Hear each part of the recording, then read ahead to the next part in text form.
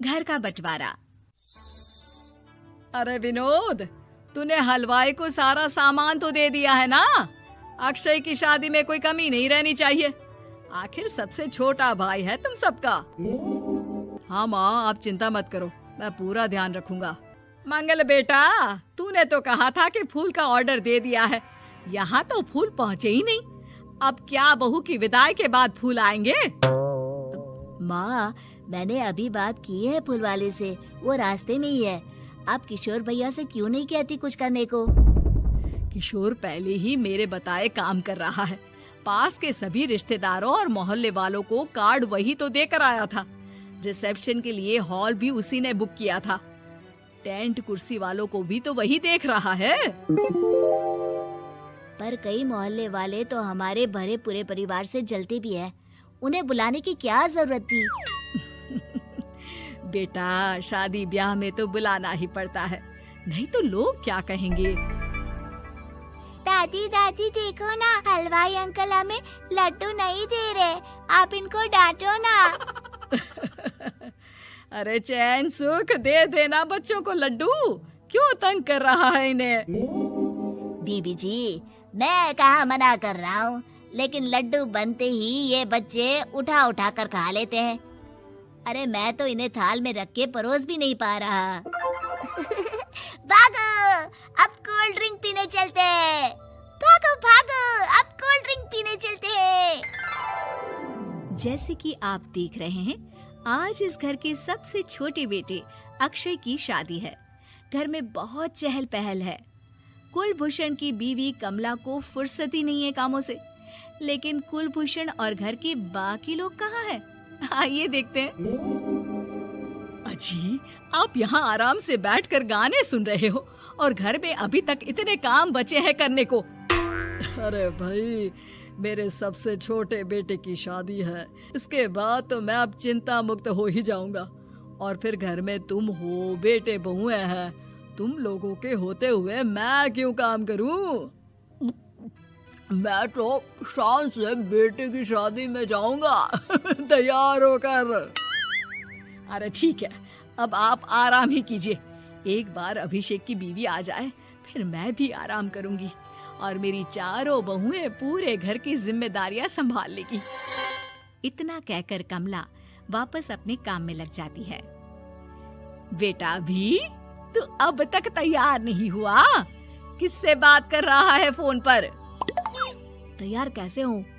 Salon जाने से तो आपने मना किया है, क्योंकि मुझे हल्दी लग चुकी है। भाभीयों को देखो, सुबह से पार्लर में है।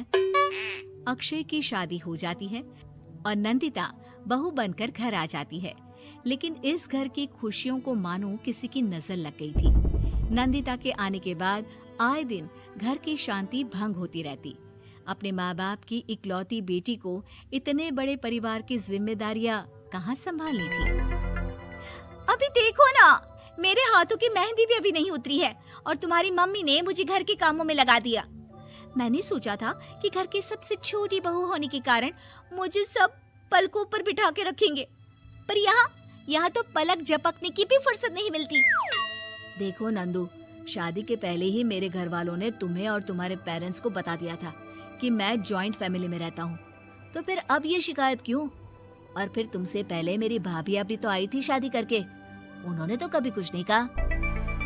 नंदिता तब तो चुप हो जाती है, लेकिन ऐसा बहुत दिनों तक नहीं चलता। अरे नंदिता, माँ बाबूजी की दवाई का टाइम हो गया है, उन्हें दवाई दिलाओ और उसके बाद सबके लिए नाश्ता बना देना। पर भाभी, मैं तो अभी अपना फेवरेट सीरियल देख रही हूँ। प्लीज मेरी जगह आप कर लो ना ये काम।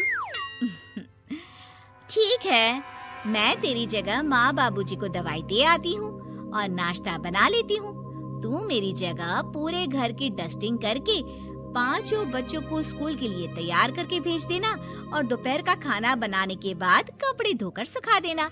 उसके बाद हम दोनों मिलकर बाजार जाकर सब्जी ले आएंगे, फिर डिनर की तैयारी कर लेंगे और उसके बाद बस भाभी, मैं माँ बाबूजी को दवाई देकर सबके लिए नाश्ता बना देती हूँ। हे भगवान, ये कहाँ लाकर फंसा दिया मुझे।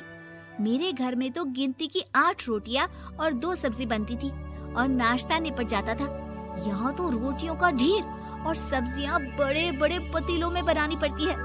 नाश्ता बनते बनते लंच का टाइम हो जाता है और लंच बनते बनते डिनर का। अभी मुझ में तुम्हारे पूरे परिवार का नखरा उठाने की और ताकत नहीं बची। मैं ऐसे नहीं रह सकती। अरे तो क्या चाहती हो तुम? मुझे अलग रहना है बस। तो ठीक है, हम कल ही शिफ्ट हो जाएंगे किराए के घर में। इतना बड़ा घर होते हुए हम किराए पे क्यों रहेंगे? ना जी ना, घर में ही दीवार खड़ी करो अपने हिस्से के आगे। घर के साथ साथ घर की खुशियों में भी दीवार खींच जाती है। ऐसे ही कई महीने बीत जाते हैं और नंदिता माँ बन जाती है। बच्चे के आने से अभिषेक के कंधों पर खर्चों का बोझ आ पड़ता है। अभिषेक का बोझ कम करने के लिए नंदिता भी पार्ट टाइम जॉब कर लेती है, लेकिन इससे उसके सर पर नौकरी, घर और बच्चे की जिम्मेदारी बढ़ जाती है। नंदिता, ये क्या है? तुमने घर भी ठीक से साफ नहीं किया, ना ही मेरे कपड़े धुले हैं। चिंटू के बाल भी कटवाने जाना था, देखो उसके बाल कितने बढ़ गए हैं। अरे करती क्या हो पूरा दिन तुम? मैं करती क्या हूँ? तुम्हारा नाश्ता और लंच बनाने के बाद चिंटू को डे केयर सेंटर पर छोड़ कर आती हूँ, फिर खुद ऑफिस जाती हूँ।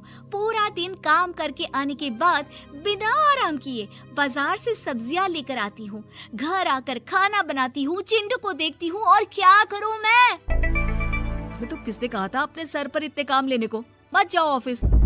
ऑफिस जाए बिना घर के खर्चे कहाँ से पूरे होंगे? चिंटू की डे केयर का खर्च, उसके लिए बेबी फूड का खर्च, प्रेस वाले का खर्च, ये सब तुम्हारी सैलरी से होता नहीं है। अगर परिवार से अलग नहीं होती तो इतनी मुसीबतें नहीं उठानी पड़ती तुम्हें परिवार के साथ मिलकर काम करने में दिक्कत थी, लेकिन काम तो अब भी बहुत है तुम्हारे सर पर। चिंटू को भी डे केयर भेजने की जरूरत नहीं पड़ती। उसको गोद में खिलाने के लिए दादा दादी और घर के सभी बड़े होते। उसके साथ खेलने के लिए उसके भाई बहन भी होते। मेरे तीनों बड़े भाइयों के बच्चे भी बड़े हुए हैं, लेकिन बिना महंगा बेबी फूड खाए, क्योंकि मेरी माँ और भाभियाँ बहुत अच्छे से जानती है कि बच्चे को क्या खिलाना चाहिए। बिजली के बिल जैसे खर्चे भी सब मिलकर बांट लेते थे, लेकिन तुम्हें तो सबसे अलग रहने में ही मजा आता है, तो अब शिकायत क्यों करती हो? बस करो अभिषेक, बस करो। मैं मानती हूँ कि मैं गलत थी। मेरे एक गलत फैसले ने हमें बिल्कुल अकेला कर दिया है सबसे। एक घर में होते हुए भी हम बाकी परिवार से अजनबियों की तरह रह रहे हैं। अभिषेक और नंदिता की सारी बातें घर के बाकी लोगों को सुनाई दे रही थी। तभी कमला बोल पड़ती है। अरे नंदिता बहू, किसने कहा कि तुम अकेले हो? तुम्हारा इतना भरा पूरा परिवार है ना तुम्हारे साथ। हम तो बस ये चाहते थे कि तुम अपनी गलती समझ जाओ। अगर हम तुम्हें समझाते तो शायद तुम ना समझती, लेकिन अपनी गलती का एहसास तुम्हें खुद हो गया है, तो अब तुम समझ चुकी हो परिवार में एक साथ रहने का मोल क्या होता है। मम्मी जी, मुझे माफ कर दीजिए, अब ऐसा दोबारा कभी नहीं होगा। अरे माफी बाद में, पहले मेरा पोता जरा मेरी गोद में तो दे, और तू जाकर सबके लिए चाय बना ला।